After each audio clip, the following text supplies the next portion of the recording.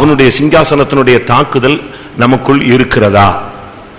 நான் ஒரு டைம் இருந்தா அப்படி சொல்லிட்டே வரேன். சாத்தானுடைய சிங்காசனத்தினுடைய தாக்குதல் நமக்குள்ள இருக்குதான்னு நம்ம செக் பண்ணணும். ஒன்று, சகரியா 3:1.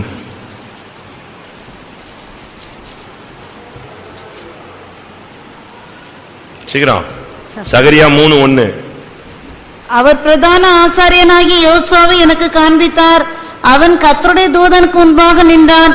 சாத்தான் அவனுக்கு விரோதம் செய்ய அவன் வலது பக்கத்திலே நின்றான். நான் கொஞ்சம் பாயிண்ட் சொல்றேன், கொஞ்சம் டைம் போனாலும் பரவாயில்ல. நம்ம உட்கார்ந்து இவன் இருக்கானா நமக்குள்ள இல்லையாங்கிறத என்ன செய்யணும்? இருந்தானா துரத்தி விட்டு போங்க, இல்லைன்னா சேரை ஸ்ட்ராங்கா போட்டுருவான். அது பிறகு நீங்க இவன்ட்ட தான் மோதிக்கிட்டே இருக்கணும். வாழ்க்கையில முன்னேறவும் முடியாது, எங்கிட்டும் போக முடியாது. ஃபர்ஸ்ட், பழைய ஏற்பாட்டிலும் சரி புதிய ஏற்பாட்டிலும் சரி அவனுடைய தாக்குதலை பாருங்க. பிரதான ஆசாரியனாகிய யோசுவாவை எனக்கு காண்பித்தார். அவன் கர்த்தருடைய சன்னிதானத்தில் தூதனுக்கு முன்பாக வந்து நின்றான். யார் நின்னா? வலது பக்கத்தில் இருக்க வேண்டியது யாரு? கர்த்தரை என் வலது பக்கத்தில் வைத்திருக்கிறபடினால் நான் அசைக்கப்படவில்லை. ஆனா இங்க பிரதான ஆசாரியனுக்கு வலது பக்கத்தில் யார் நிக்கிறது? கர்த்தர் இல்ல. யார் நிக்கிறா? சாத்தான். இவனுடைய வியூ என்னன்னா, எப்படி ஆயினும் இவனை தீங்கு செய்யணும், இவனுக்கு தீங்கு செய்யணும். அவன் எழும்பி வந்தது ஒரு சாதாரண மனுஷனுக்கு அல்ல. யாரு இவன்? யாரு இந்த மனுஷன்? யாரு? பிரதான ஆசாரியன். கர்த்தருக்காக ஒரு லேவியனா பிறந்து கொஞ்ச நாள் கழிச்சு ஆசாரியனாய் மாறி, அதுக்கு பிறகு சீனியாரிட்டியில கர்த்தருடைய வேலையை நல்லா செஞ்சு இப்ப யாரா மாறி இருக்கான்? பிரதான ஆசாரியனா மாறி இருக்கான். ஒரு 20 வயசு பையனுக்கு பிரதான ஆசாரியன் போஸ்ட் நிச்சய மாட்டாங்க, கொடுக்க மாட்டாங்க. நல்ல ஒரு முதிர்ச்சி அடைந்து கர்த்தருக்கு பலி செலுத்துகிற இந்த காரியங்கள்ல ஒரு தேர்ந்த நிலவரத்துக்கு வந்த பிறகுதான் பிரதான ஆசாரியன் போஸ்ட் கொடுக்கிறாங்க. இந்த பிரதான ஆசாரியனையே தாக்குறதுக்கு அவனுக்கு எப்படியாவது தீங்கு செய்யணும், அவனை எப்படியாவது தள்ளிடணும், அவனுக்கு எப்படியாவது வேதனை உண்டாக்கணும், தீங்கு உண்டு பொண்ணியே ஆகணும்னு இந்த வல்லமை எங்கே வருது? கர்த்தருடைய வீட்டிலேயே வந்து நிக்கிறான். எப்படி இருக்குன்னு பாருங்க. இது உன்னை பின்தொடர்ந்து வருகிற ஒரு சக்தி. அவனுடைய சிங்காசனத்தின் தாக்குதல் நமக்குள்ள இருக்கவே கூடாது. கர்த்தர் பார்த்தாரு, இது இவனை இப்ப தேவ சமூகத்துக்கு வந்துட்டான், இங்கேயே சாத்தான் வந்துட்டான், இனி இங்க இருந்து வெளியே போகும்போது கட்டாயம் என்ன செய்வான்? இவனை தாக்கிடுவான். அதனால கர்த்தர் அவனுக்கு என்ன வாய்ப்பு இருக்குன்னு கண்டுபிடிச்சாரு. காரணம், பிரதான ஆசாரியனுடைய அழுக்கு வஸ்திரம். இதுதான் அவனுடைய ஃபால்ட். உடனே அங்கேயே அவனுடைய வஸ்திரத்தை மாத்த சொன்னார். உடனே சாத்தானை பார்த்து ஒரு வார்த்தை சொன்னார், எருசலேமை தெரிந்து கொண்ட கர்த்தர் உன்னை கடிந்து கொள்வாராக. அவ்வளவுதான், அதோட ஓடிட்டான். இன்னைக்கு கூட்டம் முடியறதுக்குள்ள உங்க ஃபேமிலியில, உங்களுடைய வீட்டுல, உங்களுடைய குடும்பத்துல, உங்களுடைய ஊழியங்கள்ல இருக்கிற ஆவிய கர்த்தர் என்ன செய்யணும்? கடிந்து கொள்ளணும். உங்களுக்கு அழுக்கு வஸ்திரங்கள் மாற்றப்படணும். அப்போ அவனுடைய சிங்காசனத்தின் தாக்குதல் உனக்குள்ள என்ன செய்யாது? அந்த வார்த்தைக்கு பிறகு சாத்தானை பத்தி அந்த சப்ஜெக்ட்ல இல்ல, அதோட அவன் புறப்பட்டான். தேவன் கடிந்து கொண்ட பிறகு அந்த பிசாசு இருக்கார், அந்த வல்லமை இருக்கார். அழுக்கு வஸ்திரம் மாற்றப்பட்டு சிறந்த வஸ்திரம் உனக்கு உடுத்திட்டா இந்த வல்லமை இருக்காது. இவனுடைய முதல் தாக்குதல் உனக்கு தீங்கு செய்வது. தீங்குன்னு அவன் என்னனாலும் செய்வான். அது உன் பிள்ளைகளுக்கு செய்வான், உன் மனைவிக்கு செய்வான், உன் புருஷனுக்கு செய்வான், உன் பிள்ளைகளுக்கு செய்வான். யாருக்காவது ஒரு ஆளுக்கு செஞ்சாலும் அது யாருடைய பாதிப்பு? முழு குடும்பத்தை என்ன செய்யும்? மொத்தத்துல பாதிப்பு உண்டாகும். இரண்டாவது, 1 நாளாகமம் 21:1. சாத்தான் இஸ்ரவேலுக்கு விரோதமாய் எழும்பி இஸ்ரவேலை தொகையிடுகிறதற்கு தாவீதை ஏவி விட்டது. ஒரு சில ஏவுதல் கிடைக்கும் உனக்கு. அது பரிசுத்த ஆவியானவருடைய ஏவுதலா, மாம்சத்தின் ஏவுதலான்னு நீங்க பார்க்கணும். யாரு உனக்குள்ள இருந்து உன்னை கண்ட்ரோல் பண்றா? உன்னை லீட் பண்றது யாரு? பேசுங்க, பாருன்னு சொல்லும், அங்க போ இங்க போங்க, நம்ம அதுக்கு கீழ்ப்படிஞ்சிருவோம் சில நேரத்துல. ஆனா அது ஆவியானவர் செய்யறாரா பிசாசு செய்யறானான்னு என்ன செய்யணும்? உட்கார்ந்து அனலைஸ் பண்ணணும். தாவீது ஒரு பெரிய அபிஷேகம் பெற்ற ஒரு ஆள். தாவீது சாதாரணமான ஆள் கிடையாது. நான் இப்ப சொல்றது எல்லாமே, இப்ப சொல்ல போறது எல்லாமே சாதாரணமானவர்களுக்கு வந்த போராட்டம் அல்ல, இல்லாவிட்டா உலக மனுஷனுக்கு வர்ற போராட்டம் அல்ல. சாத்தானுடைய சிங்காசனத்தினுடைய கதிர்கள் நம்முடைய ஊழியத்தில் இருக்குங்கிறது தான் நான் உங்களுக்கு சொல்ல வரேன். ஒன்று, பிரதான ஆசாரியனுக்கு விரோதமா அவனுக்கு தீங்கு செய்ய அந்த வல்லமை கூடவே வருது. வண்டியில போகும்போதும் சரி, வீட்டில் உட்கார்ந்து இருக்கும் போதும் சரி, பிசினஸுக்கு போகும்போதும் சரி, ஊழியத்துக்கு நீ பைபிளை தூக்கிட்டு போகும்போதும் சரி, இந்த வல்லமைகள் உன்னை ஃபாலோ பண்ணிட்டே இருக்கும். எங்க சான்ஸ் கிடைக்க தட்டி விட்டுரும். ஒன்று. இரண்டாவது, தாவீது அபிஷேகம் பண்ணப்பட்டவன், சகோதரர் மத்தியில் அபிஷேகம் பண்ணப்பட்டவன், எப்ரோனில் அபிஷேகம் பண்ணப்பட்டவன், இஸ்ரவேலின் மேல் எருசலேமிலே அபிஷேகம் பண்ணப்பட்டவன், நல்ல ஒரு அபிஷேகத்துல வளர்ச்சி உள்ள மனுஷன். திடீர்னு ஒரு நாள் இருக்கும்போது அவனுக்குள்ள ஒரு தூண்டுதல், ஒரு அர்ஜு. நம்முடைய தேசத்துல எவ்வளவு பேர் இருக்காங்க, எவ்வளவு பராக்கிரமசாலிகள், எவ்வளவு வல்லமை உள்ளவர்கள், எவ்வளவு மேன்மை உள்ளவர்கள், எல்லாத்தையும் எண்ணிட்டு வான்னு சொன்னான் திடீர்னு. அப்ப யோவாப் சொன்னா, இது சரியில்லை ராஜாவே, இது நல்லது இல்லையே, பிரமாணத்தின்படி சரியில்லை. நான் சொல்றேன், நீ என்ன பேசுறது பிரமாணத்தை அப்படின்ட்டான். ராஜாவின் வார்த்தை அங்க அந்த இடத்துல என்ன செய்தது, மேற்கொண்டதுன்னு நீங்க வீட்டுல போய் படிச்சுக்கோங்க. அவன் சொல்றான், ராஜாவே இது சரியில்லை. ஏன்னா பைபிள்ல ஒரு பிரமாணம் இருக்கு. ஒரு ராஜா தன்னுடைய தேசத்தில் இருக்கிற ஜனங்களை எண்ணினால் அதற்கு முன்பாக ஒவ்வொரு ஆத்துமாவுக்கும் அவன் ஒரு பலியை செலுத்த வேண்டும் அப்படிங்கிறது பிரமாணம். அதை மாற்றவே முடியாது. இது பழைய ஏற்பாட்டில் ஆரம்பத்திலேயே ஆண்டவர் சொல்லிட்டார், வருங்காலத்தில் நீங்க ஜனத்தை எண்ணணும்னு ஆசைப்பட்டீங்கன்னா, என் ஜனத்தை எண்ணணும்னு நீங்க ட்ரை பண்ணீங்கன்னா, நீங்க அதுக்கு யாத்திராகமும் 30ஆம் அதிகாரம் 12ஆம் வசனம், நீ இஸ்ரவேல் புத்திரரை அவர்கள் லக்கத்தின்படி கணக்கு பார்க்கும் பொருட்டு அவர்களை எண்ணும் போது அவர்களுக்குள்ளே ஒரு வாதை உண்டாகாதபடிக்கு அவர்களில் ஒவ்வொருவனும் எண்ணப்படும் சமயத்தில் தன் தன் ஆத்மாவுக்காக கர்த்தருக்கு மீட்கும் பொருளை கொடுக்க கடவன். பாத்தீங்களா, ஒவ்வொரு ஆத்மாவையும் எண்ணும் போது ஒவ்வொரு ஆத்மாவுக்கும் மீட்கும் பொருள்னு ஒரு காணிக்கை இருக்கு, அதை செலுத்தணும். அப்படி இல்லைன்னா வாதையில செத்துருவான்ட்டு ஒரு பிரமாணம் வச்சிருந்தார். இந்த பிரமாணத்தை மீறுறதுக்கு யாரு ஏவுரா? சாத்தான் இவனை ஏவுறான். ஏவுன உடனேயே 1:21-2 யோவாப் சொல்லிட்டான், சாரி சரியல்ல, பிரமாணத்தை மீறீங்கன்னு சொல்லிட்டான். ஆனா யோவாப் அப்படி சொல்லியும் ராஜாவின் வார்த்தை மேலிட்டபடினால். பிசாசு தூண்டிட்டான்னா மனைவி சொன்னாலும் கேட்க மாட்டீங்க, புருஷன் சொன்னாலும் கேட்க மாட்டீங்க.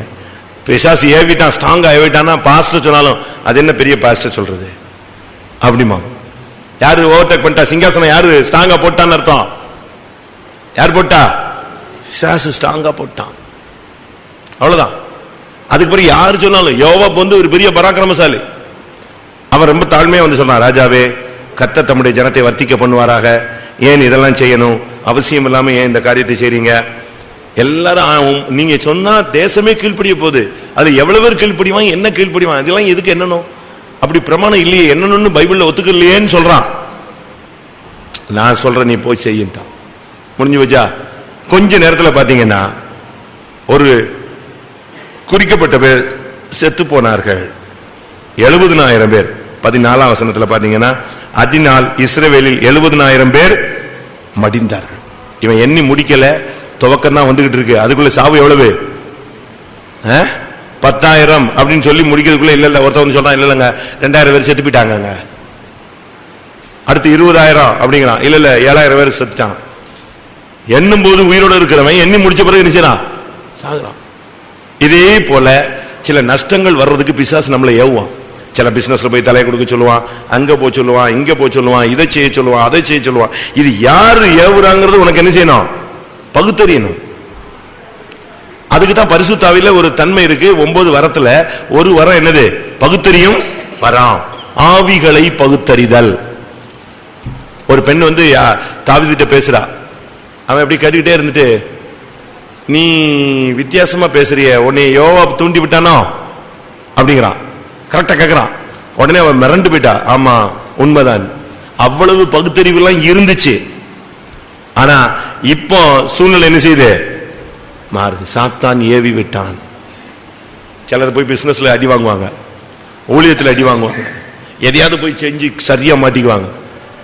அப்பதான் தெரியணும் எது எங்க, எது துவக்கம் என்னது சரியில்லை. சாத்தான் அவனை ஏவி விட்டது. யோபு, அடுத்ததாக யோபு 1ஆம் அதிகாரம் 6ஆம் வசனம். ஒரு நாள் தேவபுத்திரர் கர்த்தருடைய சந்நிதியில் வந்து நின்றபோது சாத்தானும் அவர்கள் நடுவிலே வந்து நின்றான். தேவபுத்திரர் வந்து நின்ற போது சாத்தானும் அவர்கள் மத்தியிலே வந்து நின்றான். அப்ப கேட்கிறார் கர்த்தர், நீ எங்க போயிட்டு வர்ற? நான் பூமி எங்க உலாவிட்டு வர்றேன், என் தாசனாகி யோபின் மேல் கவனம் வைத்தாயோ? ஆமா, உத்தமன் மேல் கவனம் வச்சுக்கிட்டே இருப்பான். நல்லா புரிஞ்சுக்கோங்க. ஒரு பிரதிஷ்டை பண்ணிட்டீங்கன்னா அவன் வந்துருவான். ஒரு ஜெபம் பண்ணிட்டீங்கன்னா வந்துருவான். ஒரு நல்ல ஊழியம் செஞ்சிட்டீங்கன்னா வந்துருவான். ஒரு கொஞ்சம் நல்ல எழுப்புதல் காட்டிட்டீங்கன்னா வந்துருவான். அது வரைக்கும் வரமாட்டான். ஒரு திருடன் வந்து பிச்சைக்காரன் வீட்டில் போய் திருட போறது இல்லையே. கொஞ்சம் வசதி வாய்ப்பு வந்த பிறகுதான் உங்களை தேடி நினைச்சான் வர்றான். கல்யாண வீட்டில் திருடுவான். ஏன்னா அப்பதான் அவங்க நகையெல்லாம் நெஞ்சிருப்பாங்க, ஸ்ட்ராங்கா வச்சிருப்பாங்க. சம்பளம் வாங்கிட்டு வரும்போது திருடுவான். ஏதாவது சொத்து வித்தா என்ன செய்வான்? வருவான். ஏன்னா அவன் மைண்ட்ல எப்ப இருக்குன்னு அவனுக்கு தெரியும். அதுபோல ஆவிக்குரிய ஜீவியத்தில் நம்ம உத்தமர்களாய் மாறும்போது, பொல்லாப்பை விட்டு விலகும் பொழுது, தேவனுக்கு பயந்தவர்களாய் மாறும்போது, சன்மார்க்கர்களாய் ஜீவிக்கும் போது இந்த வல்லமை நமக்கு விரோதமா என்ன செய்யும்? கட்டாயமா வருவான். நீங்க உத்தமர்களா உடனே சொல்றாங்க ஒரு சிலர்லாம், கொஞ்சம் நல்லா இருக்கணும்னு நினைக்கிறேன், உடனே பிசாசு வந்துடுறான். அதனால தான் நான் இப்ப எல்லாம் ஜெபிக்கிறதே இல்லை. அப்ப நீங்க என்ன செய்றீங்க? அவன் வச்ச டார்கெட் கரெக்டா ஜெயிச்சிருச்சு, குண்டு வெடிச்சிருச்சு. அவன் பிளான் பண்றான், உனக்கு கொஞ்சம் பிரச்சனை பண்ணிட்டா நீ ஜெபிக்க மாட்ட. அதுங்கதான் நம்ம தோற்று போகிறோம். மூணாவது, உத்தமன் மேல் அவன் கவனம் செய்கிறான். நான்காவது 1 தெசலோனிக்கேயர். இது 3 மணி நேரம் 4 மணி நேரம் பிரசங்கம் பண்ணலாம். நீங்களும் இருக்க மாட்டீங்க. நான் சிம்பிளா சொல்றேன், நீங்க கேட்ச் பண்ணிக்குவீங்க. வீட்டில் போய் நீங்களாம் அசை போடுவீங்களா? இல்ல இந்த டைரி அடுத்த வாரம் தொடர்ச்சி எடுத்துட்டு வருவீங்களா? இல்ல இருதயமாக்கிய பலகையில் அப்படி எழுதிக்கிறீங்களா? எப்படியாவது உள்ள எழுதுங்க. 1 தெசலோனிக்கேயர் 2ஆம் அதிகாரம் 18ஆம் வசனம். ஆகையால் நாங்கள் உங்களிடத்தில் வர 2 தரம் மனதாயிருந்தோம். பவுலாகி நானே வர மனதாயிருந்தேன். சாத்தானோ எங்களை தடை பண்ணினான். சாத்தானோ எங்களை தடை பண்ணினான். பாருங்க, பிசாசு போய் ஒரு ஊழியக்காரனை போய் மற்றவங்களை பார்க்க விடாம தடுக்கிறான். பவுல் சாதாரண ஆளா? எவ்வளவு பெரிய அப்போஸ்தலன். அவன் சொல்றான், நாங்கள் உங்களிடத்தில் வர 2 தரம் மனதா இருந்தோம். நானே மனதா இருந்தேன். ஆனா பிசாசு எங்களை வரவிடாம நெஞ்சிட்டான். அவன் ஓப்பனா கன்ஃபஸ் பண்றான், சாத்தானோ எங்களை தடை பண்ணினான். நம்மளை பார்க்க வர்றதுக்கு, நம்மளை விசாரிக்க வர்றதுக்கு, ஊழியக்காரங்க வர்றதுக்கு ட்ரை பண்ணுவாங்க. அவன் அதுக்குள்ள வேற ஒரு ரூட்ல விசிட்டிங்க திருப்பி விட்டுருவான். அங்க போனா அங்க போலாம், இங்க போலாம். இது போல ஊழியத்தில் நீங்க பல விதமான முயற்சிகள் எடுக்கலாம். ஊழியத்தில் அப்படியே தடை பண்ணிடுவான், வேற ரூட்ல திருப்பிடுவான். அதனால நம்ம ரொம்ப கவனமா இருக்கணும். ஊழியர் விஷயத்துல பிசாசினுடைய தடையை நம்ம தாண்டதுக்கு படிச்சிருக்கணும். பிசாசு எந்த விதத்துல தடை செஞ்சாலும் நம்ம அதை தாண்டி போகணும். எவ்வளவு பிரச்சனைகள் வந்தாலும் ஊழியத்தில் நம்ம எதிர்நீச்சல் போட நம்ம பழகி இருக்கணும். மீன் குஞ்சுக்கு நீச்சல் அடிக்க என்ன செய்ய வேண்டியதில்லை, சொல்லிக் கொடுக்க வேண்டிய அவசியம் இல்லை. நம்மெல்லாம் ஆண்டவருடைய பிள்ளைகள். அப்ப ஆண்டவரை போல தைரியமா போய்கிட்டே இருக்கணும். பிசாசு என்ன தடை செஞ்சாலும் நீங்க அந்த தடைகளை தகர்க்கணும். பிசாசுடைய 4வது வேலை ஊழியத்தை தடை பண்ணுதல். நம்மை தேவனுடைய ஜனங்கள் விசாரிக்க விடாம தடுப்பான். ஊழியக்காரங்களை நம்ம வீட்டுக்கு வர விடாம தடுப்பான். பலவிதமான வல்லமைகள் உண்டா. 5வது மத்தேயு 16ஆம் அதிகாரம் 22, 23. அப்பொழுது பேதுரு அவரை தனியே அழைத்துக் கொண்டு போய், ஆண்டவரே, இது உமக்கு நேரிடக்கூடாதே, இது உமக்கு சம்பவிப்பது இல்லை என்று அவரை கடிந்து கொள்ள தொடங்கினான். அவரோ திரும்பி பேதுரை பார்த்து, எனக்கு பின்னாக போ சாத்தானே, நீ எனக்கு இடரலாய் இருக்கிறாய். தேவனுக்கு ஏற்றவைகளை சிந்தியாமல் மனுஷருக்கு ஏற்றவைகளை சிந்திக்கிறாய் என்றார். இங்க பாருங்க, இயேசுட்ட போய் பேதுரு பேசுறான். இயேசு அவன்கிட்ட மொத்தமா நிற்கும் போது பேசுறாரு, நான் இன்னும் கொஞ்ச நாள்ல மனுஷரால் பிடிக்கப்படுவேன், கொலை செய்யப்படுவேன், நான் பாடுபடணும், இது தேவன் எனக்கு நியமிச்சிருக்கிறாரு அப்படின்னு ஒண்ணு பேதுரு டென்ஷன் ஆயிட்டான். பாடுபடுறது, அடிபடுறது, ஒருத்தனும் உங்க மேல கணிச்ச முடியாது, கை வைக்க முடியாது. இதெல்லாம் ஒத்து வராது. அது இப்படி உங்களை அடிச்சிருவான், நாங்கெல்லாம் எதுக்கு இருக்கோம், இப்படி எல்லாம் பேச ஆரம்பிச்சான். இன்னைக்கு கூட நம்முடைய ஆளுங்கள்ல ஒரு சிலருக்கு பாடுபடுற உபதேசம் ஏத்துக்க முடியாது. ஆனா பரலோகம் போகணும். பரலோகத்துல போய் நம்ம விசுவாசிலேயே ஒரு 2 பேர் பெரிய இடத்துக்கு போயிட்டானா இவன் அப்படியே உட்கார்ந்துருப்பான். ஒரு பெரிய பணக்கார அம்மாவை, உண்மையா நடந்தது, பரலோகத்துல கொண்டு போய் கர்த்தர் காண்பிச்சாராம். அவங்க அப்படியே பார்த்துக்கிட்டே வந்தாங்களாம். அப்போ ஒரு பெரிய மகிமையான வீடு இருந்துச்சான். அது பக்கத்துல ஒரு சின்ன வீடு இருந்துச்சான். அப்போ இவங்க அதை பார்த்துட்ட உடனே இவங்களுக்கு ஆசை வந்துருச்சு, இது நமக்குரியதான், இது யாருக்குரியது தெரியுமா அப்படின்னு கேட்டாங்க. உடனே நம்மகிட்ட தான் கேட்கிறாரு போட்டிருக்குன்னு தெரியல. நான் இது உன் வீட்டில் வேலை செய்யற பொம்பளைக்கு உள்ள வீடுன்னு காட்டினாராம். அவங்க வீட்டுல ஒரு விசுவாசி வேலை செய்யறாங்க. யாருக்கு உள்ளது? அப்ப இவங்க கேட்டாங்களா, அப்ப வேலைக்காரிக்கு இவ்வளவு மகிமையான வீடுன்னு அப்ப எனக்கு எப்படின்னு. அங்க என்ன வேலைக்காரிக்கும் எஜமாட்டிக்குள்ள வித்தியாசமா கொடுக்குறாரு. அப்ப சொன்னாங்க, அந்த பக்கத்துல பாதி வீடு கட்டு குட்டிச்சோர அடிக்கிறது பத்தியா, இதே யார் வீடு?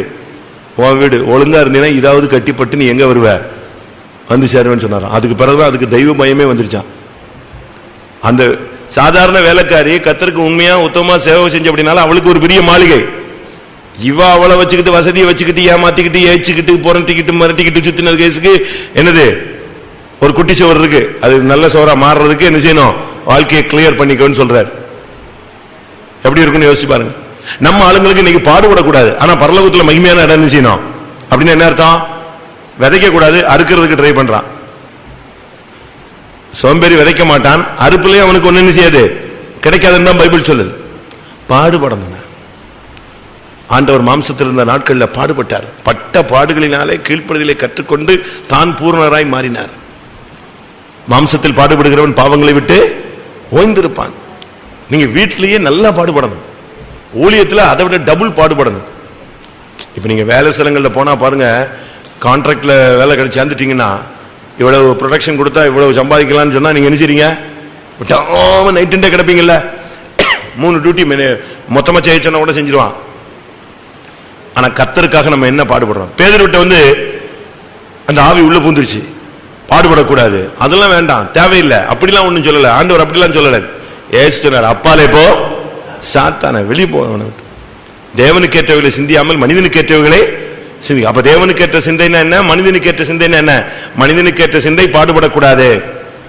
4 பேரை வேலை செய்ய சொன்னா எங்க போய் உட்கார்ந்துக்கிறது? நாங்க ட்ரைனிங்ல இருக்கும்போது எங்க கூட ஒரு சகோதரன் இருந்தார், ஊழியத்தில் தான். அவனுக்கு நாங்க அந்த இரும்புலியூர் துவக்க நாட்கள்ல நாங்க அங்க இருந்தவங்க. இரும்புலியூர் ஃபுல்லா வயல் மாதிரி இருந்துச்சு. எங்கேயாவது கிணறு தோண்டி போட்டு மண்ணு கிடக்கும், அதை எடுத்துட்டு போங்கன்னு சொல்லுவாங்க. நாங்க லாரியில இருந்து அள்ளிட்டு வருவோம். இவனும் வருவான், இவனும் ஊழியக்காரன் தானே, ட்ரைனிங் தான், வருவான். ஆனா மண்ணெல்லி போட மாட்டான், மண்ணெல்லி போட மாட்டான். என்னன்னு கேட்டா, அதை விட்டுட்டு தானே வர சொன்னாரு, மீன் பிடிக்கிறத விட்டுட்டு வந்து திருப்பி நான் மீன் பிடிக்கிறது அப்படிமா. அதை விட்டுட்டு தான் வர சொன்னாரு, நான் விட்டுட்டு வந்துட்டேன். இங்க வந்தது எதுக்கு தெரியுமா? தம்மோடு கூட இருக்கவும் பிரசங்கம் பண்ணவும். அப்ப மண்ணெல்லி போட வேண்டிய ஊழியம் கிடையாதுன்ட்டான். எப்படி இருக்கும் ஆளு? இப்படி ஆள்லாம் இருக்கான், ஊழியத்திலயும் இருக்காங்க, எல்லா இடத்துலயும் இருக்காங்க. அதெல்லாம் வேலைலாம் செய்ய முடியாது. சரி, இப்ப என்னதான் செய்ய போற அப்படின்னா, வயல் இருக்கும், வயல்காட்டில் தான் நாங்க அந்த கிணத்து மண் அடிச்சுட்டு இருப்போம். அவன் பேசாம இந்த என்ன, வானமே கேளுங்கள் பூமியை செவி கொடுன்னு பிரசங்கம் ஸ்டார்ட் பண்ணிடுவான். சரி, எங்களுக்கு ஒரு மணி நேரம் மண்ணெல்லி போடும்போது சரியான டயர்டா இருக்கும். இதுல இவன் என்னத்தையா பண்ணிட்டு இருந்தா கொஞ்சம் சிரிச்சுக்கிட்டு சரி வேலை செஞ்சுட்டு இருப்போம். பிரசங்கம் பண்ண விட்டுட்டு, நீ மண்ணெல்லி போடாட்ட கூட பரவாயில்ல, எதாவது அள்ளி போடு, எது பிரசங்கம் பண்ணு, இதையாவது பிரசங்கம் பண்ணுங்கிறது. அவன் பிரசங்கம் பண்ணிட்டே இருப்பான், நாங்க மண்ணெல்லி போட்டு சரி வண்டியில ஏறணும். கடைசியில் பாருங்க, பிசாசு அவனை ஊழியத்தில் இருக்க விடல. அந்த பாடுபடக்கூடாதுங்கிற சிந்தை வந்துட்ட பிறகு அவனுக்கு பரலோகம் கிடையாது. பிசாசு வெளியே எடுத்துட்டு போயிட்டான். அன்னைக்கு ஒரு இடத்துல பார்த்தேன், பாவம் லாட்டரி சீட்டு வித்துக்கிட்டு இருந்தான். ஒரு கட்டத்தில் பார்க்கும்போது, இன்னொரு கட்டத்தில் பார்க்கும்போது பைத்தியம் ஆயிட்டான். பாடுபடக்கூடாதுன்னு சொன்னாலே தப்பு, கான்செப்டே தப்பு. இப்ப நீங்க வேலைக்கு போறீங்க, வேலைக்கே போகாம நீங்க சம்பளம் வாங்கினா அது வந்து பெரிய குற்றம். ஊழியத்துக்கு வந்துட்டா பாடுபடணும். கர்த்தருடைய பாதைகள்ங்கிறது பாடுகளின் பாதை தான். சிலுவை இல்லாமல் என்ன கிடையாது, சிங்காசனம் கிடையாது. இங்க பாடுபடக்கூடாதுன்னு சொல்ற போதனை பிசாசின் போதனை. மார்க்கு அடுத்து மார்க் 4:14. சாத்தானின் சிங்காசனம் உங்கள்ட்ட இருக்காங்கிறத இப்ப செக் பண்ண சொல்லிட்டு இருக்கேன். மார்க் 4:14. அப்படியே வசனத்தை கேட்டவுடனே அதை சந்தோஷத்தோடு ஏற்றுக்கொண்டும் தங்களுக்குள்ளே வேர்கொள்ளாதபடியால் கொஞ்ச காலம் மாத்திரம் நிலைத்திருக்கிறார்கள். வசனத்து நிமித்தம் உபத்திரமும் துன்பம் உண்டான உடனே இடரல் அடைகிறார்கள். இவர்களே கற்பாறை நிலத்தில் விதைக்கப்பட்டு. 4:14 தப்பா சொல்லிட்டனா? விதைக்கிறவன் வசனத்தை விதைக்கிறான், வசனத்தை எடுத்து போடுவான். சாத்தான் வசனத்தை கேட்டவுடனே சாத்தான் வந்து அவர்கள் இருதயங்களில் விதைக்கப்பட்ட வசனத்தை எடுத்து போடுகிறான். 14:15 இல்லையா? மார்க் 4:14-15. அங்க பாருங்க, வசனத்தை எடுத்துறான். வசனம் உள்ள இருந்தா தானே வேலை செய்யும். நான் இப்ப பிரசங்கம் பண்றேன், சாத்தானை பத்தி உங்களுக்கு சிங்காசனத்தை பத்தி எல்லாம் சொல்றேன், எல்லாம் கேட்டுட்டு வீட்டுக்கு போயிட்டு அதெல்லாம் கஷ்டம்லாம் பட முடியாதுங்க அப்படின்னா, நீ வீட்டுக்கு போறதுக்குள்ள எதை எடுத்துட்டான்? எதை எடுத்துட்டான்? கஷ்டப்படணுங்கிற நான் வசனத்தை விதைச்சோம் பாத்தீங்களா, அதை நெஞ்சிட்டான், எடுத்துட்டான். அதெல்லாம் அவங்க அப்படித்தாங்க பிரசங்கம் பண்ணுவாங்க. நம்ம தான் தெரியும் அவங்க ஊழியத்தில் இருக்காங்க, விசுவாச வீட்டில் இருக்காங்க, நம்ம தான் ஃபீல்டில் இருக்கோம் அப்படின்னு சொல்றேன் பார்த்தீங்களா. அப்போ நான் பண்ண பிரசங்கத்தை அவன் இன்னொருத்த நெஞ்சிட்டான், எடுத்துட்டு போயிட்டான். உனக்கு அந்த பாடுகளின் சிந்தை வராது. வசனத்தை கேட்ட உடனே சாத்தான் வந்து அவர்கள் இருதயங்களிலிருந்து விதைக்கப்பட்ட வசனத்தை எடுத்து போடுகிறான். இவர்களே வசனம் விதைக்கப்படுகிற வழி அருகே விதைக்கப்பட்டவர்கள். விதைச்ச உடனே காக்கா வந்து அடிச்சுட்டு போயிடும். கேட்கும் போது சிரிப்பா இருக்கும், இன்ட்ரெஸ்டா இருக்கும். பிரசங்கம் எப்படி இருந்துச்சு? நல்லா இருந்துச்சு. ஐயோ என்ன மாதிரி பண்றாங்க, புதுசு புதுசா பண்றாரு அப்படிமா. புதுசு புதுசா பண்றாரு, ஆனா புதுசு புதுசா பண்ணது ஒண்ணுமே இல்லையே. எல்லாத்தையும் யாரும் எடுத்துட்டு போயிட்டா? அவன் எடுத்துட்டு போயிடுறான். சாத்தான் வந்து எடுத்து போயிட்டான் காக்காவை. இங்க சாத்தான் சொல்றாரு, பறவைகளை விளக்க என்ன சொல்றாரு? சாத்தான். சாத்தான் வந்து எடுத்துட்டு போயிட்டானா? பண்ண பிரசங்கம்லாம் உள்ள இருந்தா இவ்வளவு நாள்ல நீங்க சீயோனை தாண்டி இருக்க மாட்டீர்கள். அப்படிதானே? காலத்தை பார்த்தால் போதகரா இருக்க வேண்டிய நமக்கு எவ்வளவோ பிரசங்கம் கேட்கிறோம். ஆனா தேவையான வசனத்தை மட்டும் நம்ம ஸ்ட்ராங்கா பிடிச்சு வச்சுக்குவோம். நல்ல வசனங்கள்லாம் யார் எடுத்துட்டு போயிடுறா? அவன் எடுத்துட்டு போயிடுறான். இன்னைக்கு அதனாலதான் நமக்கு பிரசங்கங்கள் நமக்குள்ள வேலை செய்கிறது இல்ல.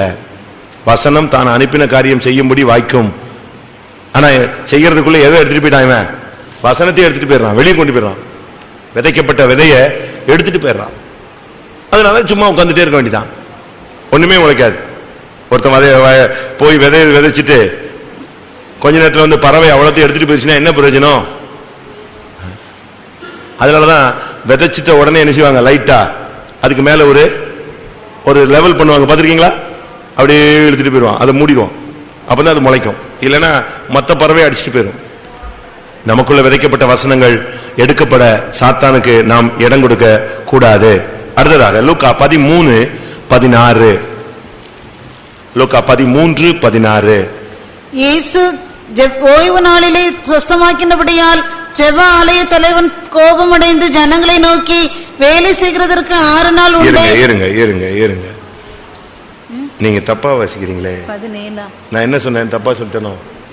என்ன சொன்னேன்? 13:14. நான் வசனம் என்ன சொன்னேன்? லூக்கா 13:16. இதோ சாத்தான் 18 வருஷமாய் கட்டி இருந்த. இப்பதான் கரெக்டா வருது. இந்த வசனம் தான் நான் சொன்னேன். லூக்கா 13:16. இதோ சாத்தான் 18 வருஷமாய் கட்டி இருந்த ஆபிரகாமின் குமாரத்தியாகிய இவளை 18 வருஷமா ஒரு பெண்ணை கட்டி வச்சிருக்கிறான். 18 வருஷமா கட்டிட்டான் அந்த பெண்ணு. ஆனா 18 வருஷமா அந்த பொண்ணு எங்கதான் போயிட்டு இருக்கா? எங்கதான் போயிட்டு இருக்கா? ஜபாலயத்துக்கு தான் போயிட்டு இருக்கா. காலையில அந்த கூன் விழுந்த சரீரத்தோடு கூனி கூனி கூனி நடக்க முடியாம எங்க போயிடுறா? உருண்டு போய் சேர்ந்த மாதிரி தேவாலயத்துக்கு போயிடுறா, ஜபாலயத்துக்கு. அந்த ஜபாலயத்துல பயங்கரமா ஜபம் நடக்கும், வசனம் கொடுப்பாங்க, வாக்குத்தத்தம் கொடுப்பாங்க, அல்லேலூயா போடுவான், அபிஷேகத்தில் நிரம்புவான், எல்லாம் நடக்கும். இவன் திரும்பி போகும்போது எப்படி போவா? அது வேற வழி இல்லாம தோத்திரம் அப்படியே கூனி வீடு போய் சேர்ந்துருவா. அடுத்த நாள் காலையில் பாத்தீங்கன்னா ஜபாலயத்துல ஜப வேலையாகி 9ஆம் மணி நேரம் யார் வந்துருவா? இவ பரப்பிட்டு மெல்ல மெல்ல மெல்ல மெல்ல மெல்ல நடந்து இப்படி 18 வருஷம் அந்த வல்லமை அவளை கட்டிச்சு. இது சாத்தானுடைய சக்தி. நம்ம என்ன சொல்லுவோம் தெரியுமா? Nerves week, phone week, calcium குறைஞ்சிருச்சு, என்னத்தையாவது சொல்லிவிடுவான் நம்மால் டாக்டர். அவங்களுடைய அறிவின்படி நம்ம அப்படித்தான் என்ன செய்ய முடியும்? எடுக்க முடியும். ஆனா இயேசு வந்த போதுதான் தெரிஞ்சது பேக்ல யார் நின்னா? இது சாத்தானுடைய கட்டு. நல்லா புரிஞ்சுக்கணும் நீங்க. சாத்தான் கட்டி இருந்தா. ஆனா சில டாக்டர்ஸ் ரொம்ப அருமையா சொல்றாங்க, நாங்க பண்றதெல்லாம் பண்ணியாச்சு, நீங்க எங்கேயாவது போய் என்ன செய்யுங்க? ஜபத்துல வைங்கிறாங்க. அவங்களுக்கு தெரிஞ்சிருச்சு இது வந்து மெடிசன் லைன்ல இல்ல. நீங்க நல்லா புரிஞ்சுக்கணும். நீங்களாவது என்னைக்காவது தடுமாறுனீங்கன்னா சத்தியத்தை புரிஞ்சுக்கோங்க. எங்கிட்டாவது போய் ஸ்கேன் எடுத்து அது எடுத்து இது எடுத்து எல்லாம் எடுத்து நார்மல்னு காட்டி அதுக்கு பிறகு உனக்கு வலிக்குன்னு நீ சொன்னால் அது யாரு? அது யாரு? பிசாஸ். மெடிசன்ல அவங்க மெடிக்கல் லைன்ல ஃபுல்லா எல்லா ஸ்கேன் பண்றாங்க. அவங்க ரிப்போர்ட் என்னது? வியாதி இல்லை. இவனை கேட்டா இவன் துடிப்பான் போட்டு, ஐயோ எனக்கு இருக்கிற கஷ்டம் யாருக்கும் தெரியலையே. ஆனா அவங்களுடைய அறிவு, அவங்களுடைய படிப்பு, அவங்களுடைய நாலேஜ் உண்மைப்படி அவங்களுக்கு வியாதி என்ன இல்ல. ஆனா இவனுக்கு பயங்கரமான வேதனை இருக்கு. அப்படின்னு யாரு?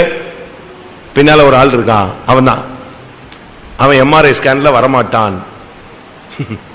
அவன் எந்த ஸ்கேன்லயும் என்ன செய்ய மாட்டான், உள்ள வரமாட்டான். பார்க்கும்போது பியூரா உனக்கு சுகம்னு சொல்லும், ரிசல்ட் நெட் ரிசல்ட் பக்காவா இருக்கும். ஆனா உனக்கு இங்க வேதனையும் தாங்க முடியாது, வலியும் தாங்க முடியாது, உயிர் போய்கிட்டு இருக்கும். காரணம் யாருடைய கட்டு? இதுக்கு ஒரே வழி முழங்கால நிக்கணும். இயேசு வந்த உடனே அந்த சாத்தானுடைய கட்டை தான் பார்த்தாரு. ஓ, இவன் வந்து நிமிரம் கூடாத குனியா இருக்கிறதுக்கு காரணமே யாருதான்? அந்த ஆவியை துரத்தின உடனே அடுத்த செகண்ட் அந்த முதுகெலும்பு ஸ்ட்ரைட் ஆயிடுச்சு. இதெல்லாம் உண்மை, நான் உங்களுக்கு சொல்லியிருப்பேன். பாஸ்டர் எஸ்பி ஆனஸ்ட் அவர்கள் டெப்டி சீஃப் பாஸ்டரா இருக்கும்போது அவரை பிரான்ஸுக்கு டிரான்ஸ்ஃபர் பண்ணாங்க. பிரான்ஸ்ல அப்போ ஒரு சிலர் ஊழியத்தை விட்டு போன டைம், ரொம்ப நிர்பந்தமான ஒரு சூழ்நிலையில இவர் அங்க போட்டாங்க. இவர் வந்து பயங்கர டிவைன் ஹீலிங்ல மாஸ்டர். இவர் சேலஞ்ச் பண்ணி துரத்துவாங்களாம். இப்பெல்லாம் நம்ம ஓப்பன் ஏர் நடத்துறது இல்ல. ஓப்பன் ஏர் போறீங்க? யாராவது போக மாட்டோம். அப்ப வந்து ஓப்பன் ஏர் நடத்துவாங்க. ஓப்பன் ஏர் நடத்தி மைக்கு மெக்கப்பான வச்சுட்டு கத்துறது, வியாதியஸ்தர்களை கொண்டு வாருங்கள், குணமாக்குறோம். பாஸ்டர் ஏர்னஸ்ட் ஒரே ஆள் நின்னு ஹீல் பண்ணுவாங்க ரோட்ல. யாரா இருந்தாலும் ஹீலிங் சேலஞ்ச் பண்ணி, சேலஞ்ச் இயேசுவின் நாமத்தில் சேலஞ்ச் பண்றோம், கொண்டு வாங்க. கொண்டு வந்தா சுகம். அந்த அளவு டிவைன் ஹீலிங்ல வல்லமையான ஆள். இவரை கொண்டு போய் எங்க போட்டாங்க? பிரான்ஸ்ல போட்டாங்க. போனா அப்பதான் அந்த ஊழியக்காரரு ஒருத்தர் தடுமாறி போனதுனால அந்த பிரான்ஸ்ல இருக்கிற ஃபாரின் ஜனங்க இவரை 10 பைசாக்கு மதிக்கல. சண்டே சர்வீஸ் இருந்துச்சு, இவர் பிரசங்கத்துக்கு இருந்துச்சா 40 பேர் இருந்தாங்களாம். 40 பேரும் சேரை திருப்பி போட்டு உட்காந்து பேசிட்டு இருந்தாங்களாம். அவன் இந்தியன் கிடக்குறான், விடு, என்னத்தையே பேசிட்டு போவான் சர்ச் அப்படின்ட்டு போயிட்டாங்க. இவருக்கு மனசு ரொம்ப உடஞ்சி போச்சான். ஆண்டவர்கிட்ட போய் ஜெபிச்சாரான் நைட்ல. என்ன சுவாமி, நான் அங்கே 1000 பேர் 2000 பேர் ஹீலிங் சர்வீஸ் என்ன மாதிரி என்னைய கொடிகட்டி பறக்க வச்சுட்டு கடைசியில் எங்க கொண்டு வந்து விட்டுட்டீங்க? இந்த இடத்துல கொண்டு வந்து விட்டுட்டீங்க. இங்கே இவன் பார்த்தா 40 பேர் 40 டிசைன்ல இருக்கான், என்னைய கொண்டு வந்து இங்கே விட்டுட்டீங்கன்னாராம். அப்ப ஆண்டவர் சொன்னாராம், உன்னை உருவாக்குறதுக்காக நான் நெஞ்சிருக்கேன். உன்னை உருவாக்கு, நீ ஆயிரக்கணக்கானவரை உருவாக்குனேன், ஆனா உன்னை உருவாக்குறதுக்கு நான் நாடு கடத்தி கொண்டு வந்திருக்கேன், நான் உன்னை உருவாக்கணும்னு சொன்னாராம். சரின்னு சொல்லிட்டாராம். அந்த வாரம் விசிட்டிங் போனாராம். ஒரு வீட்டுக்கு விசிட்டிங் போனா அந்த வீட்டில் கேட்டாராம் எத்தனை பிள்ளைங்க, அப்படி விசாரிப்பாங்க இல்லையா, புதுசா போனதுனால. அவங்க சொன்னாங்களாம், எங்களுக்கு இத்தனை பிள்ளைங்க, ஒரே ஒரு பிள்ளை மட்டும் பிறந்ததுல இருந்து எங்க இருக்கு? ஹாஸ்பிட்டல்ல இருக்கு. பிறந்ததுல இருந்து அந்த பிள்ளை எங்கதான் இருக்கு? இப்ப வாலிப பிள்ளையா இருக்கா, பட் அவ வந்து ஹாஸ்பிட்டல்லே இருக்கா. காரணம் என்னன்னு கேட்டா, அந்த பிள்ளைக்கு ஸ்பைனல் கார்டு என்ன இல்ல, அந்த முதுகெலும்பு வந்து எலும்பா இல்ல, எதா இருக்கு? சதையா இருக்கு. எலும்பு சதையா இருக்கிறதுனால அந்த பிள்ளையால என்ன செய்ய முடியாது? உட்காரவே முடியாது. கொலக்குள்ள இந்த சதை தானே அங்கேயும் இங்கேயும் விழுந்துரும். அதனால அந்த பிள்ளைய வந்து நாங்க ஸ்டார்டிங்ல இருந்து எங்க தான் வளர்க்குறாங்க? ஹாஸ்பிட்டல்லையே அவங்களே மெயின்டைன் பண்ணி வளர்க்குறாங்க. நாங்க போய் பார்த்துட்டு வருவோம். இத்தனை வருஷமா அந்த பிள்ளை அங்கதான் வளருது. இப்ப வாலிப பிள்ளை ஆயிட்டா, பட் இப்ப பெல்ட் போட்டு நெஞ்சிருக்காங்க. அப்படியே சின்ன வயசுல இருந்தே மெயின்டைன் பண்ணி பெல்ட் வச்சு இப்படி உட்காந்துருக்கோம், ஃபுல்லா பெல்ட் போட்டு. பார்க்கலாமான்னு கேட்டாராம். பார்க்கலாம். எல்லாரும் ஹாஸ்பிட்டல் போயிட்டாங்க.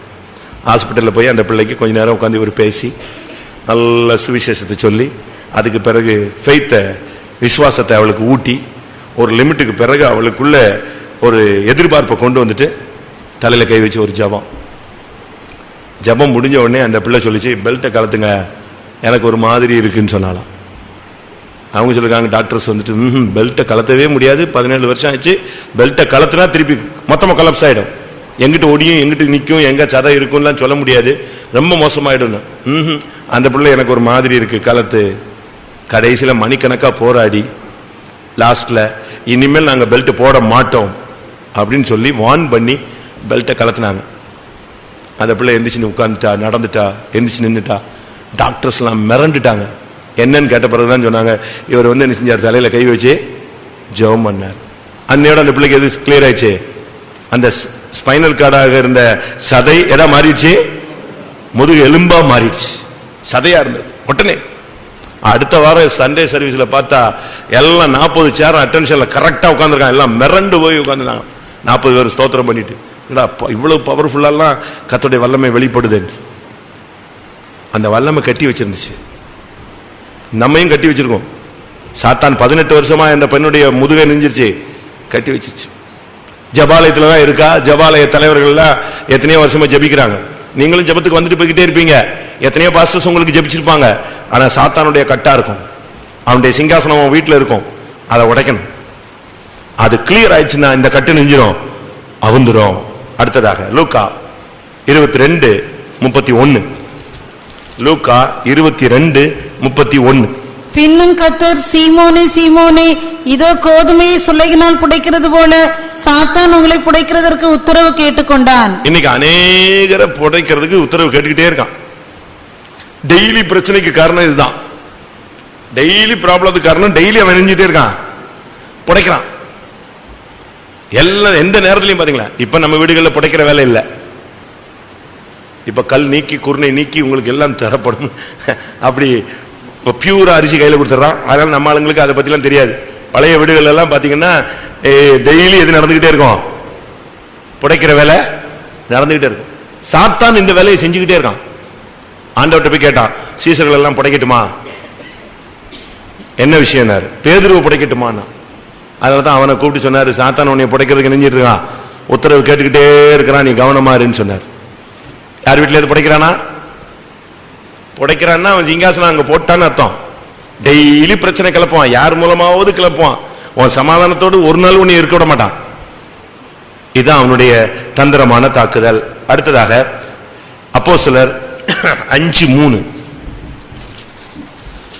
அப்போஸ்தலர் 5:3. பேதுரு அவனை நோக்கி, அனனியாவே, நிலத்தின் கிரயத்தில் ஒரு பங்கை வஞ்சித்து வைத்து பரிசுத்த ஆவியினிடத்தில் பொய் சொல்லும்படி சாத்தான் உன் இருதயத்தை நிரப்பினது என்ன? யார் நிரப்பிட்டா? ஃபில் பண்ணிட்டா? அபிஷேகம் பெற்ற விசுவாசி நிரப்ப வேண்டியது யாரு? ஆவியானவர். ஆனா நிரப்பினது யாரு?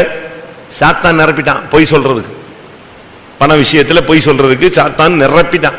இப்ப எனக்கு எப்படின்னா, அப்போ சில காலம் போல ஒரு 2-3 பேர் செத்து போயிட்டாங்க, நம்ம ஆள்லாம் சரி தெளிவாயிடுவாங்க. 2 பேர் பொத்துன்னு விழுந்து செத்தான்னா தெளிவாயிடுவான்.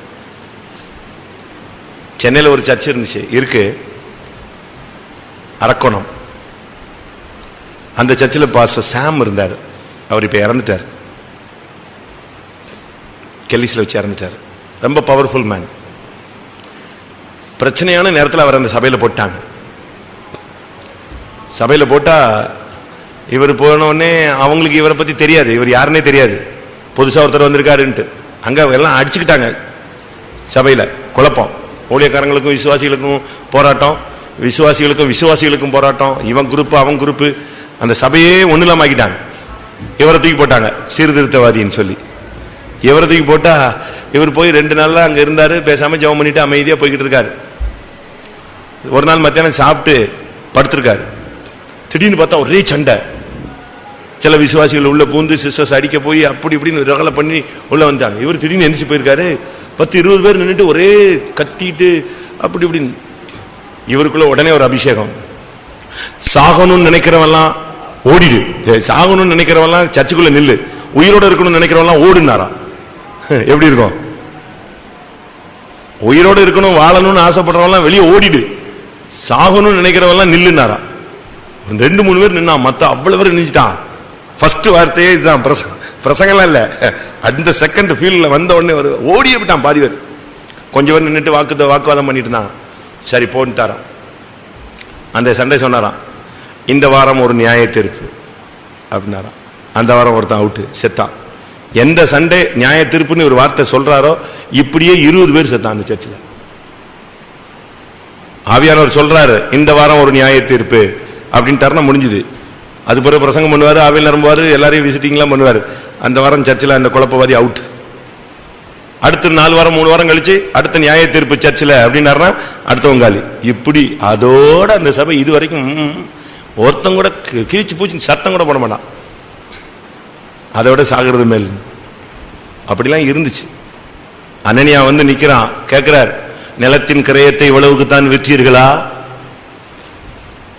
தேவனிடத்தில் பரிசுத்த ஆவியினிடத்தில் பொய் சொல்ல சாத்தான் உன் இருதயத்தை நிரப்பினது என்ன? அதோட யார் போயிட்டா? அனனியா செத்தான். அடுத்த அம்மா வர்றாங்க, இவ்வளவுக்கு தான் விற்றீர்களா? 2 பேரும் ஒருமனப்பட்டது என்ன? அவுட். இப்படி நாசரத்தில் 2 பேர் செத்தாங்கன்னா கோட்டத்துக்கே வர மாட்டான், நம்ம பாதி பொடியே விடுவான். ஆனா இது இரக்கத்தின் காலம், கிருபையின் காலம். சாத்தான் இன்னைக்கு அநேகருடைய இருதயத்தை வஞ்சிக்கிறான். பொய் சொல்லு, ஏமாத்து, மாத்தி பேசு, அப்படி பேசு, இப்படி பேசு, இப்படி பேசு. நீ என்ன பேசினாலும் மேல ஒருத்தர் ரொம்ப கிளியரா என்ன செய்றாரு, பார்த்துக்கிட்டே இருக்கிறார். நான் போய் சொல்லலாம், ஆனா கர்த்தருக்கு என்ன செய்யும் தெரியும். ஜட்ஜ்மெண்ட்னு கோட தூக்கி வச்சு நிப்பாட்டினாரா, தூக்குநூல்ல நிப்பாட்டுவார். தூக்குநூல்ல நிப்பாட்டினார்னா அதுல எந்த பாஸ்டர்லாம் கிடையாது, எந்த பிரதர் கிடையாது, எந்த சிஸ்டர் கிடையாது. எல்லாம் அடிபட்டு போயிடும், மொத்தமா அடிபட்டு.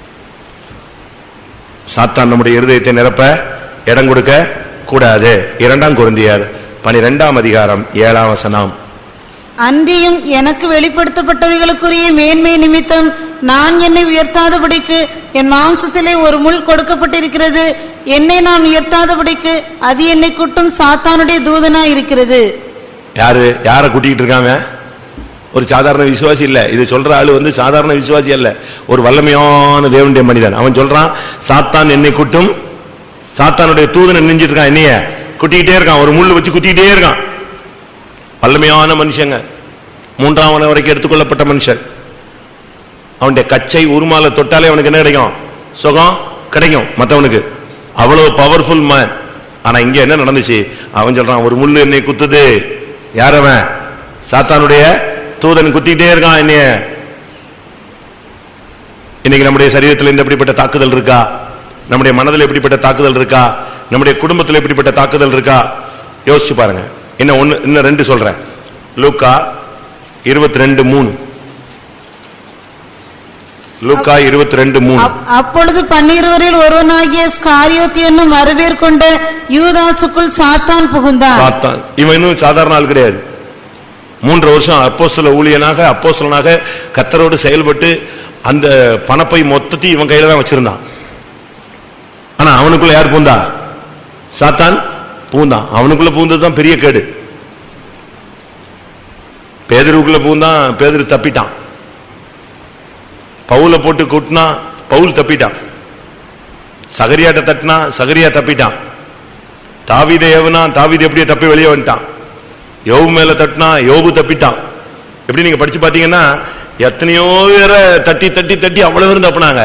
ஆனா சரியா சிக்கினது யாருதான்? யூதாஸ் தான். தப்பி வெளியே வரவே முடியல. அவன் இவனை ஸ்ட்ராங்கா வச்சு, பைபிள் சொல்லுது அவனுக்குள்ள புகுந்தது இல்ல, அவனை சாத்தானா மாத்திட்டான். சாத்தானவே மாத்திட்டான். அதான் பெரிய ஃபெயிலியர். யோவான் 6ஆம் அதிகாரம் 70ஆம் வசனம். இயேசு அவர்களை நோக்கி, 12 உங்களை நான் தெரிந்து கொள்ளவில்லையா? உங்களுக்குள்ளும் ஒருவன் பிசாசாய் இருக்கிறான் என்றார். யாரா மாத்தியாச்சு? அவனை யாரா மாத்திட்டான்? ஊழியத்தில் இருக்கும் போதே அவனை பிசாசா மாத்திட்டான். அங்கதான் பெரிய பெரிய பெரிய ஃபெயிலியர் ஆனது காரணம். நீங்க பைபிள் ஃபுல்லா படிச்சு பாருங்க. நான் சொன்ன அவ்வளவு பேரும் தப்பியிருப்பாங்க. ஆனா இவன் ஒரு ஆள் தான் வசமா சிக்கிட்டான். ஏன்னா இவனுக்குள்ள பூந்து அவனை யாராவே மாத்தியாச்சு, பிசாசாவே மாத்திட்டான். அதுக்கு பிறகு பிசாசு எங்க ரட்சிக்கப்படுறதுக்கு? பிசாசுக்கு தான் ரட்சிப்பே கிடையாது, முடிஞ்சு போச்சு. அதுக்கு மன்னிப்பும் கிடையாது, மீட்பும் கிடையாது, ஒண்ணுமே கிடையாது. கடைசியாக ரொம்ப இருக்கு, நான் குறைச்சுக்கிறேன். வெளிப்படுத்தல் 2:9. உன் கிரியைகளையும் உன் உபத்திரவத்தையும் நீ ஐஸ்வர்யமுள்ளவனா இருந்தும் உனக்கு இருக்கிற தரித்திரத்தையும் தங்களை யூதர் என்று சொல்லியும் யூதராய் இராமல் சாத்தானுடைய கூட்டமாய் இருக்கிறவர்கள் செய்யும் தூஷணத்தையும் அறிந்திருக்கிறேன். சாத்தானுடைய கூட்டமா இருக்கிறவர்கள் செய்கிற தூஷணம், கெட்ட வார்த்தை, தவறான வார்த்தைகள். தூஷணங்கிறதுக்கு பல விளக்கம் இருக்கு. தப்பா பேசுறது, அநியாயமா குற்றம் சாட்டுறது, பரியாசம் பண்றது, அற்பமா என்றது, கெட்ட வார்த்தை பேசுறது, அருவருப்பான வார்த்தைகள் பேசுறது, இப்படி அதுக்கு எல்லாத்துக்கும் பேர் என்னதுதான்? தூஷணம். ஒருத்தனை தவறா சொல்றது, தவறான அபிப்பிராயங்களை உண்டு பண்றது, அதுக்கு பேர்லாம் என்னதுதான்? தூஷணம். அவர் சரியில்லை, இவன் சரியில்லை, அவ சரியில்லை, இவன் சரியில்லை, இல்ல அவனை மரியாதை இல்லாம பேசுறது, அவ இவன் அவன் இவன். பைபிள் சொல்லுது, ஒருத்தனை மூடன் என்று சொன்னாலே அவன் யாரு? எரிநரகத்துக்கு பாத்திரன். அநியாயமாய் கோவித்துக் கொண்டால் அவன் யாரு? சொல்லுங்க, நியாய தீர்ப்புக்கு எதுவா இருப்பான். இப்படி இருக்கு பைபிள். அப்படி இருக்கும்போது நம்ம எவ்வளவு மரியாதையா பேசணும், ரொம்ப டீசெண்டா பேசணும். வார்த்தைகள் தவற விட்டுட்டீங்கன்னா பொறுக்கி எடுக்க முடியாது. இதுதான் இந்த நான் 12 பாயிண்ட் சொல்லியிருக்கேன். இந்த 12 இன்னும் அதிகமா இருக்கு. இதுதான் அவனுடைய சிங்காசனத்தினுடைய கதிர்கள், வல்லமை. அவன் டைரக்டா அவன் வீட்டுல வந்து சேர் போட்டு உட்கார்றதில்ல. அவனுடைய செயல்கள் இருந்தாலே அவனுடைய ஆதிக்கம் அங்க என்ன செய்யுது இருக்கு. அதான் முக்கியம். நம்முடைய வீட்டில் சில பொருட்கள் இருக்கலாம், தேவ சித்தம் இல்லாத பொருள், அது அவனுடைய தாக்குதலா இருக்கும். நம்ம வீட்டில் தேவ சித்தம் இல்லாத காரியங்களை செய்வோம். நம்முடைய வாழ்க்கையில ஊழியங்கள்ல பல காரியங்கள் நம்ம இடம் கொடுத்துறோம். எல்லாரும் கண்களை மூடுவோம். சாத்தானுடைய சிங்காசனம் இருக்கிற இடத்தில் நீ இருக்கிறாய், சாத்தான் குடிகொண்டிருக்கிற இடத்தில் நீ இருக்கிறாய். ஆனால் உண்மையுள்ள சாட்சியாயிரு. என் நாமத்தை மறுதலியாதே, என் நாமத்தை பற்றிக்கொள், விசுவாசத்தை மறுதலியாதேன்னு கர்த்தர் அங்கே சொல்லுகிறார். எத்தனை பேருடைய வீடுகளில் சாத்தானுடைய தாக்குதல் இருக்கு? எத்தனை பேருடைய ஊழியத்தில் இருக்கு? எத்தனை பேருடைய சரீரத்தில் இருக்கு? எல்லாரும் கண்களை முடியும். 2 நிமிஷம் முழங்கால் போடலாமா? ஒரு 2 நிமிஷம். நீங்களே தேவனுடைய ஆலயம். இந்த ஆலயத்துல பிசாசு ஆசனம் போட்டு உட்காரக்கூடாது. அப்படி ஆசனம் போட்டு உட்கார்ந்திருந்தால் அந்த ஆசனங்களை கவிழ்த்து விடுங்கள். ஆமென்.